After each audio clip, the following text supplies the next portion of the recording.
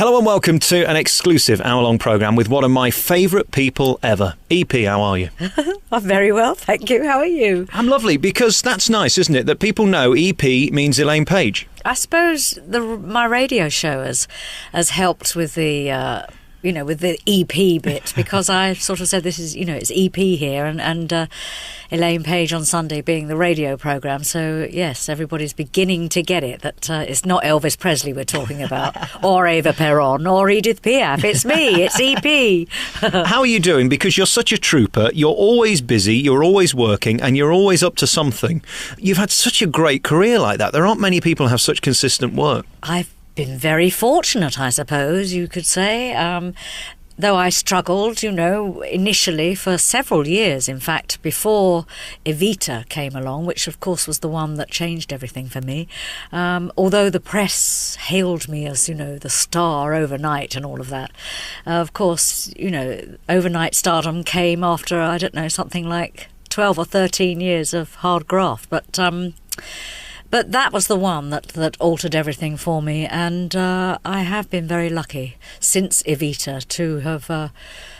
things have just sort of come to me, really. None of it's ever been planned, I have to admit. And, of course, Cats that followed Evita after about a 6-month... rest, as you know, that resting thing that all us actors talk about. That came along by default, as everybody knows probably by now, because Judi Dench had injured her Achilles heel. In fact, she broke it, and there was just absolutely no way she was going to be able to get back to play Grisabella. And so Andrew rang me and asked me if I'd dig him out of a hole, basically. And what a hole to find myself... digging him out of, because it had that wonderful song Memory, and being the first to have sung that on stage or anywhere at all was an absolute thrill, and remains still, amazingly, after the thousands of times that I must have sung it on stage in various concerts all over the world. I still love it so much, and because it really has got that wonderful melody, and it's dramatic and passionate, and I never really tire of singing it, which I can't quite believe, but it's true. And I think also because of the years since I sang it in the early 80s, Cats was, of course, 81. I think with life experience it perhaps has more depth to it now than it did when I initially sang it, or I'd like to think so anyway. Have you put your finger on why you're here today and I'm talking to you? Because there are so many big stars in the West End in terms of their performance and their talent, but we mostly don't know their name. There's probably only a handful of people who we know from musical theatre who stand out. Why are you sat here and so many others aren't? It's a good question. I have never been asked that before. Longevity is what you're talking about, and how does one achieve it? With a lot of hard work. I've been, as I said before, very fortunate that I've been offered some amazing musicals since Evita. Cats, Chess was written for me.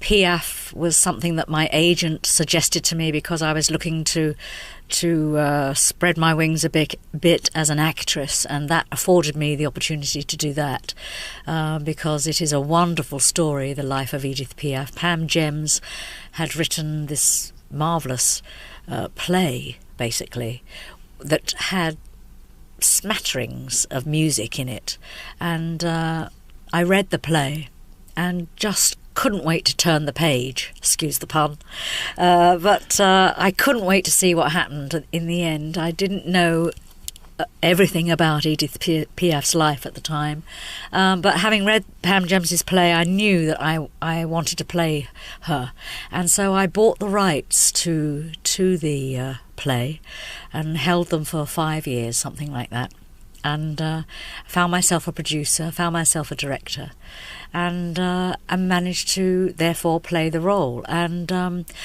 so that was something that sort of fell in my lap, really, through a suggestion from somebody else. I don't know how it is. I mean, it's just making decisions and hopefully making the right decisions for oneself. And I have been quite I don't know how you say it, but I've made some good decisions. So I think that's part of how one manages to stay, stay there doing what I love. Secondly, I think, to the way in which I was propelled into the public eye with Evita was pretty extraordinary and hasn't really occurred since, actually. In 30 years, we're talking now, since Evita opened 30 years ago this year. That was a huge publicity machine, if you like, that sort of gathered pace all on its own, really. The casting of Evita was something that took place on a worldwide scale. It was a global casting, and people from everywhere auditioned for the role. Never in my wildest dreams did I imagine that I was going to win that part. I mean, it was just extraordinary to me, and the elation that I felt when I was told that I had got the part after something like 8 auditions was quite extraordinary. And so I think that in itself, I spoke to somebody only the other day, actually, over in Welwyn Garden City. I was doing a book signing for my new book that's out at the moment called Memories, which is a celebration of my 40 years on the West End stage, starting with Hair in 1968. And this person was saying to me, I remember where I was the day that it was announced that you had won the role of Eva Peron in Evita. And I just found that rather extraordinary, that somebody could remember such a thing. And why would they remember such a thing? But I think it was because the press thing had sort of rumbled on for a long time, for about a year probably, slowly gathering pace. And she said, I was on the tube and you were on the front page of the Evening Standard. And of course, I didn't know that because I was busy sort of wondering whether I'd got it or not, and wasn't really particularly out and about reading the Evening Standard. But a lot of people seem to remember where they were when, that headline hit the press. And I suppose the fact that I was English, rather than it having gone to an American, which I think looked as if it was on the cards at one point, and the fact that my name had sort of come up a few times over a few months. And it was a bit like like reality shows are now, that, the public sort of became involved in it, in the casting process, even though that they didn't actually have a hand in it. They had been following it along, I suppose, in the press. So, I don't know. That's a very long-winded answer. What were you like as a child?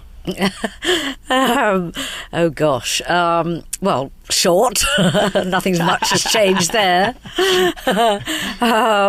I always I'd still have very curly hair, so my hair was sort of frizzy. I always thought of myself as rather plain, and always looked several years younger than I actually am, which of course I now don't mind at all. And you look tremendous. And I'll tell you what I noticed on your website, looking at the old album covers. You were marvellous in those days. You were a sex symbol. Oh, hardly. I don't think I've ever thought of myself as a sex symbol. No way. But as one learns in life, a little bit of makeup and a good haircut and so on can do wonders for a girl. And so that's what I learned, I suppose, being in this profession. The way you look is quite important, and I've always had a love of clothes and fashion, and so I do take it sounds terribly old-fashioned to say this, but I suppose it comes from my mother, because she was a milliner, and indeed hats are still very important in my life. I can't go past a hat shop without going in and trying them on, or a hat department in a store. So my mum was very much into clothes and particularly hats. I think the first time I realised that I could sing and that I enjoyed it was at school. In those days, I don't know if they still do, but we used to have a morning assembly every day, which meant that the staff would stand on the stage in front of the gathered children in the assembly hall, and we would, have a religious service, I suppose. I went to a Church of England school, and we would say prayers and sing hymns. Something that I still love. I still have many favourite hymns, and I keep thinking I'm going to do an album of such at some point, sing an album of carols and hymns and things. I've just come up with that. That'd be a good idea, wouldn't it? Anyway, that's for later. But now, anyway, because you said that on my programme, do I have the copyright? No. Edit. Anyway, I'm twittering on. What was I saying? So, yeah, that's how I first knew I could sing, was in the assembly hall at school. And I was rather teased for it, actually, because like a lot of people, I think they can't sing, and so a lot of my contemporaries used to send me up and tease me about it, and they'd say, "You go on, sing out, Bick, go on, girl, sing out, Louise," and all of that, and I was always teased for it, but I never minded it. I just thought, well, I don't care, I love to sing, and I did indeed really enjoy to sing, and I think my music teacher, Anne Hill, her name was, recognised that I had some kind of a voice, and she would give me the odd solo in the school choir things that we would do at end of term. So that's really how I discovered that I had a voice at all, and that I enjoyed to sing. So thanks to Anne Hill. And what happened next? What was the moment when you thought, OK, if I get training and I have some discipline, this could be my future? Well, I think it came after an end-of-term production directed by the music teacher, Anne Hill, and it was a sort of a musical, a potpourri, if you like, all the hits of Mozart. And I mean, it sounds, I mean, she had a vision, this woman, and but it was a fantastic production, and it really was all the famous tunes that Mozart had ever written, and had been, from various operas that he'd written. And I played the role of Susanna. I had a marvellous aria to sing of lost love and, tragedy. I think this was the beginning of my career, of singing all these songs that, are rather sad and depressing and emotional and tragic. And I remember quite clearly, I was probably about 13 or 14 years old, and it was my first acting role, I suppose, as well, in this musical.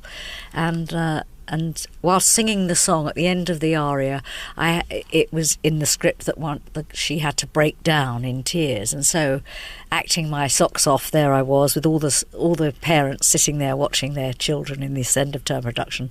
I broke down at the appropriate point in the aria, and I remember to this day hearing a gasp through the assembled parents, all sort of. And I think they all thought, oh, poor child, she's broken down and forgotten the words and she's crying, oh dear. And of course, I thought, well, didn't they know I was acting? Thankfully, I think my parents did. And it was after that my father had said to me, would you like to go to drama school? And I couldn't believe that somebody had asked me if I wanted to do something like that. I just thought, wow, that would just be the best thing in the world, to spend all my days singing and dancing and acting, and wouldn't that just be the best? Because I knew already at school that I loved to do these rehearsals for these end-of-term productions. I'd much rather be doing that than learning history and geography and maths in particular. I hated. And would steal out of class and make up terrible fibs and tell the schoolmistress that I'd been given permission to go off and rehearse my end-of-term song, which was, of course, a pack of lies. But and I always managed to get away with it somehow. So I obviously was a natural actor. And that's how it all began. And, of course, I took my father's offer up, thrilled as I was, and went off to Ada Foster's stage school. When I left school at the age of 15, I was just 16 when I went, and I did a 3-year drama students course there. We're back on your favourite local radio station, Memory. What a tremendous song that is, by a unique performer who has been around in musical theatre as long as most people can remember, yet you're only 25, aren't you? In my head. Yes, indeed. I don't feel any different from being 25 right now, today, but sadly that isn't really the case. However, I think, as I'm saying in my concert tour that I'm doing to celebrate 40 years, oh my goodness, on the West End stage, I say to everybody, well, age is only a question of mind over matter. If you don't mind, it doesn't matter. And let's talk about the song we just heard. It's probably your greatest number. Memory is such a touching and moving song. How do you balance the emotion of the song with getting through it yourself? Well, of course, that's part of the art and craft of learning to sing songs. You have to invest your own life experience, and into the emotion of the song and tell the story. But at the same time, you have to remember a certain amount of technique. There's a technique involved as well. You can't just allow yourself to physically break down. You can't really completely go there to that place, otherwise you wouldn't be able to sing. Although I can remember a few years ago doing a concert tour in Scandinavia, and a fan of mine, he died, and his mother came in his place to see me in concert, and she came down to the front of the stage at the end of the concert in tears and said to me, you will sing Memory, won't you? You haven't sung it yet, because I obviously leave it to the end of the concert. And I said, of course. And she told me who she was, and I knew what had happened because she'd written to me. So I dedicated the song to the young man. It was the hardest thing to do, because to sing it after having made this dedication to him, because all I could think about was him and what this song was saying, and so it can be very difficult. And in fact, I'm often asked, I have been over the years, to sing at close friends' funerals and things like that. It's terrible. I have to decline. I've never been able to do it since this performance for this young fan, because I really did get completely and utterly choked up. I haven't got the wherewithal to do it. So it is difficult, and you have to learn how to be able to emote without actually physically breaking down yourself. And as for a great song, is that the writing of the music or the words to the music, or does it have to be both? For a song to be a great song, you have to have a wonderful melody and equally a wonderful lyric that lays completely in the right place of the tune. There's an art to that, of course, as well. Lyric writing is not as simple as everybody imagines it to be. For a good lyric, you need something that rhymes, I think, proper rhymes, and the important words that are telling the story through the lyric have to lay in the right place with the tune, on the tune. You can't have a big dramatic note with a word like "and" or a word like "but" or "to." It'd be meaningless. It has to have the important words of the lyric have to be with the important dramatic notes in the tune. So for a great song, you need both a good lyric and a good tune. And when you're doing your concerts, which is the song you always look forward to the most to sing? Oh goodness! Well, of course, the ones that I was directed in shows, I'm really happy with, because I've been singing those for so many years now. They are like wearing a pair of comfortable old socks or a comfortable old pair of slippers. I know them so well. Again, excuse the pun, but when you know a song really, really well, and you know the lyric almost without having to think about it, then you are able to invest all your emotion and acting skills and thought processes into the performance, and that's really what every artist, I think, every singer looks forward to being able to do, is to be able to really go to a place that is indescribable. You can't describe really what it's like, and it's rare when the orchestra you're singing with and the audience that are listening and the sound and the lights and one's own voice all come together on that one performance. Those are magic performances, and they're very rare indeed. But when they come along, there is nothing in the world to beat that feeling and that experience. It's just fantastic. We're back with EP, Elaine Paige, on your favourite local radio station. It's Alex talking to the big star of musical theatre.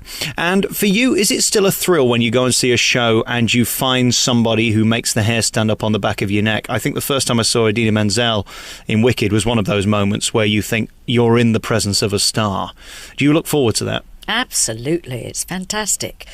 I've worked with a few people too that way back that I knew when I was in rehearsal, or watching the process of others find what they're doing, their part they're playing, just while I was finding out what I was doing. It's quite interesting, and usually it's kind of pretty obvious as well. I mean, you can't really say exactly what it is, though, but you know it when you see it or when you hear it. And yes, it's an absolute thrill to be able to see a wonderful young talent staring you in the face and hearing a wonderful voice, or just something extra special that you can't quite, I mean, I am able to put my finger on it now because I know what I can see. That if somebody can sing well, has a wonderful and distinctive voice, and can act, and has an immediacy and a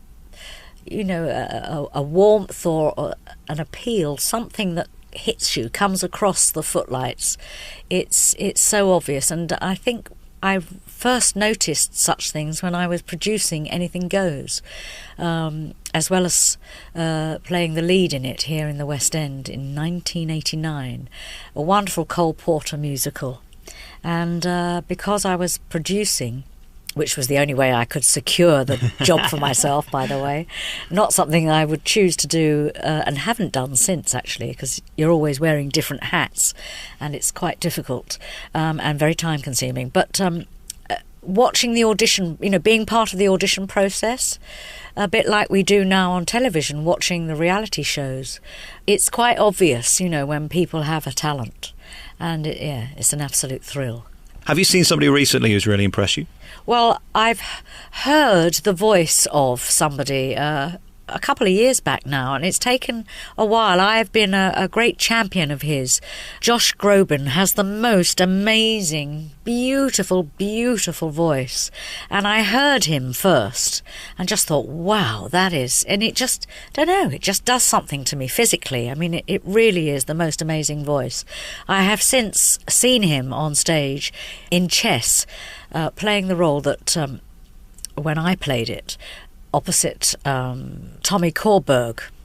He played the role that Josh Groban has recently just played at the Albert Hall. It's just the most amazing voice. I don't know about him quite as an actor. I'm not so sure on that level because I've never seen him in a musical. I don't know that he's played in a musical. He may have played in Chess, I'm not sure, in the States. But the sound of his voice is, to me, something quite beautiful, and so that's been pretty exciting for me to sort of talk about him and know that what I felt about that voice very early on in his career. And whilst he's sold lots of millions of records, I'm sure, in the States and is known in America, it's taken a little longer for him to establish himself over here in Europe. And I like to think that I've had a small hand in that. Well, I think his version of You Raise Me Up, which was the first, was just the best. Yeah, fantastic. And a wonderful album that he really does know how to tear at the heartstrings. And he has a wonderful instrument. I don't know if I'm allowed to say that.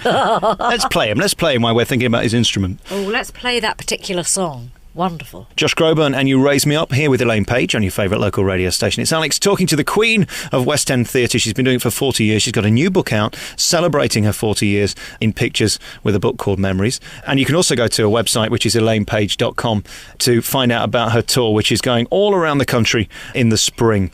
Now, I want to talk to you about stars. You mentioned Josh there. There's another guy that you're very fond of, isn't there? Well, yes, of course. I had a hand in this young man's rise to fame as well, I suppose. John Barrowman, who is going absolutely from strength to strength, and that is I feel like a proud mother really with him, because we plucked him out of absolutely nowhere in 1989 to take over from Howard McGillan, who was playing opposite me in Anything Goes, and we were searching for someone to replace Howard and thought we're never going to find a matinee idol in this country. It's so much more difficult. And of course, there was John Barrowman visiting his granny in Scotland, and so, you know, that has been a thrill for me to see this young man who was hadn't even finished drama school. I think he was just over on holiday visiting granny, and decided not to go back because we offered him the job and of the leading role in Anything Goes, which of course he's played since then to great acclaim, and is just going from strength to strength with his television career and presenting career and his own concert career and everything else career. I mean, he has everything. He is the real deal, and he's the complete package, and that's what we've been talking about. He has a wonderful personality and a great singing voice. He's a good actor, and and that's what you need today. You need to be able to do everything, really. Do you think it's your enthusiasm for the business that is the reason you're still so contemporary today? Because there aren't many artists who will come on a programme about them and talk about other people because they're so self-centred. Yeah. On your radio show, you make a big point of showing your audience other people that you think are worth listening to. Well, that's half the fun for me. You know, I've had a wonderful 40-year career, and I hope it will continue. Quite in which direction it's going to go, I don't really know. But, you know, my radio show came along out of the blue. Again, nothing about it was planned. And that's how my career has been.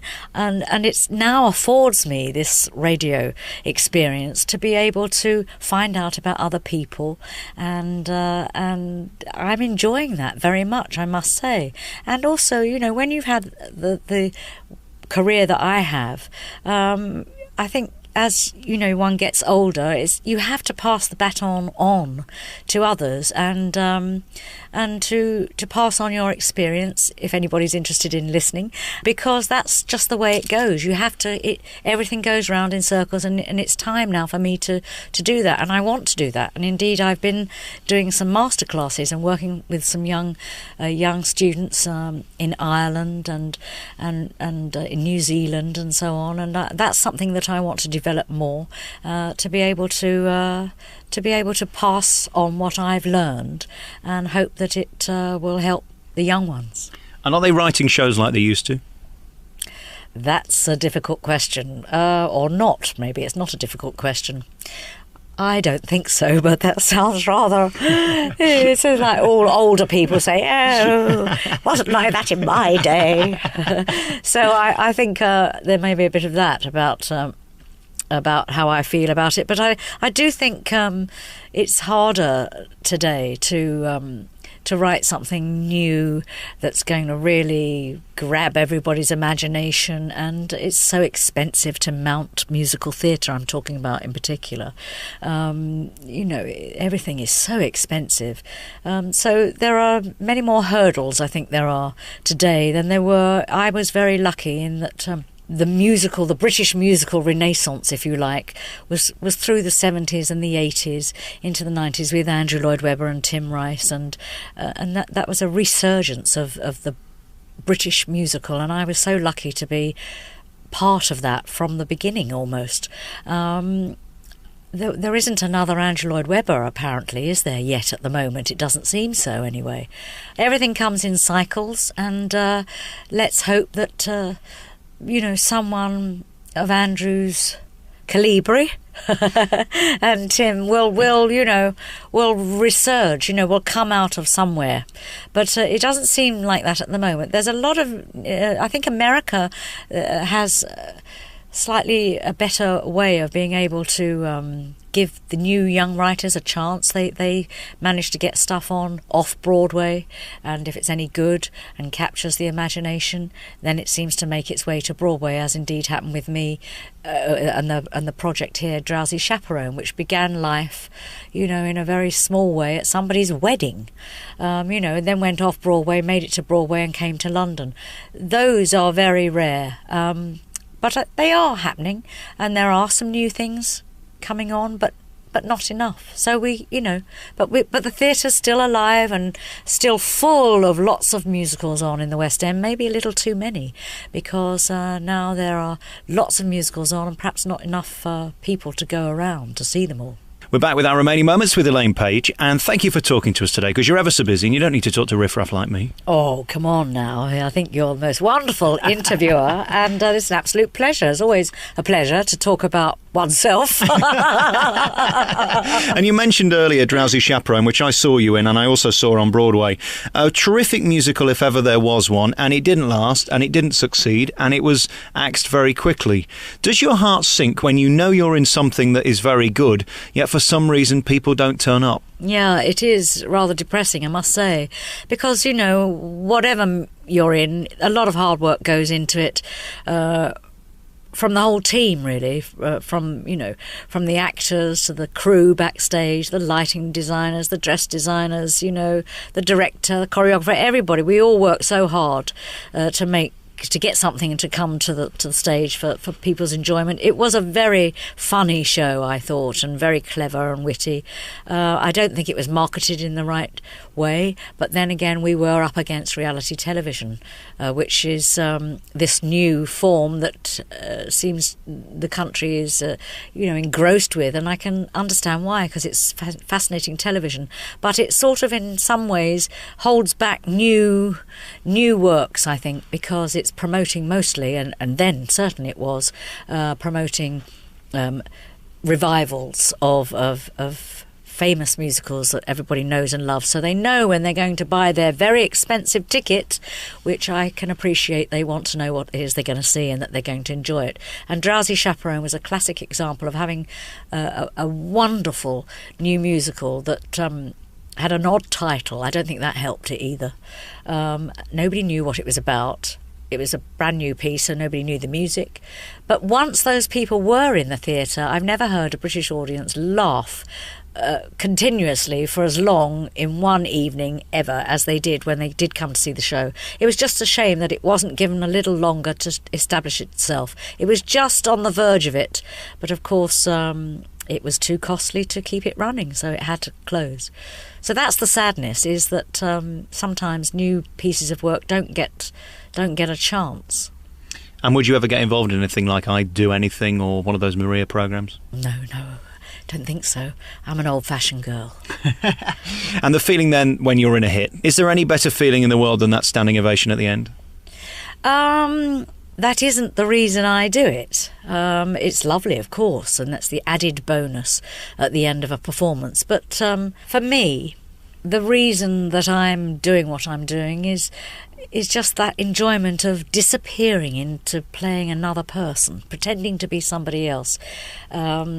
And that is what gives me the most pleasure, to be able to know that I've sung well for an evening and not hit any bum notes and remembered all the words, and to have been able to, as I say, disappear into the character. That is for me the true enjoyment, and that is the real reason I do it. So and hope to continue to do so. And if anybody wants to come and see me on my tour next year, I'm playing all over the UK from the 16th of February right through to the 16th of March. And I'm going just about everywhere. So I hope everybody will come and celebrate with me, because that's what it is. It's a celebration of 40 years on the West End stage. Can't believe I'm actually saying that out loud. So would you rather be in character for your live show, your Elaine Paige live show? Is that more strenuous? It's certainly more strenuous, yes, because I'm up there on my own, and it's nearly 2 hours of singing on my own, and they're big songs. Mostly the songs I'm well known for are these big ballads, you know. So yeah, it's quite strenuous, but I think now I'm enjoying a concert performance much more than I have ever done before, and I think that's because of the radio show. I've suddenly, the last few years since doing the radio show, have discovered who I am, who Elaine is. And of course, partly the reason I loved the theatre so much and playing characters was that I didn't know who I was at all, and so when I felt confident was when I was playing the characters on stage in the musicals. Now, with the help of the radio show, I've discovered who I am, and so I'm really, really enjoying concert performance and able to, you know, meet face to face the public, the people that write to me on the radio show. I'm able to see them live in the theatre, and that is fantastic. I'm really enjoying it, so come and see me. And again, there's no greater compliment than somebody loving you, the person, than you, the character, because if they come out knowing your name and enjoying your songs, there's no greater compliment at all, is there? I suppose not. I hadn't really thought of that, but no, it is a great compliment, and the fact that after all these years, people are still buying a ticket to come and see me, I really can't quite believe it, but we're going to record a live album of this 40th anniversary concert. I've never done a live album before, so it's another first. More pressure, though. You've got to be good that night, haven't you? Absolutely. Yikes, frightening. But we'll keep everything we've got crossed, and I'm sure it'll be a fun album to hear. And there are some new songs in this concert tour, so there'll be, it'd be nice for the fans and everyone to hear some new stuff. Let's give out your website because people will find out where you're going to be next year. It's www.elainepage.com, I think, isn't it? I suppose so. I think so, yes. Sounds like it belongs to me, yes. Elainepage.com. Thank you very much, EP, for talking to me. It's always a thrill to see you, whether it be live or listen to you on the radio or even in a theatre production. And really lovely talking to you. Thank you so much. Well, thank you so very much. It's been an absolute pleasure.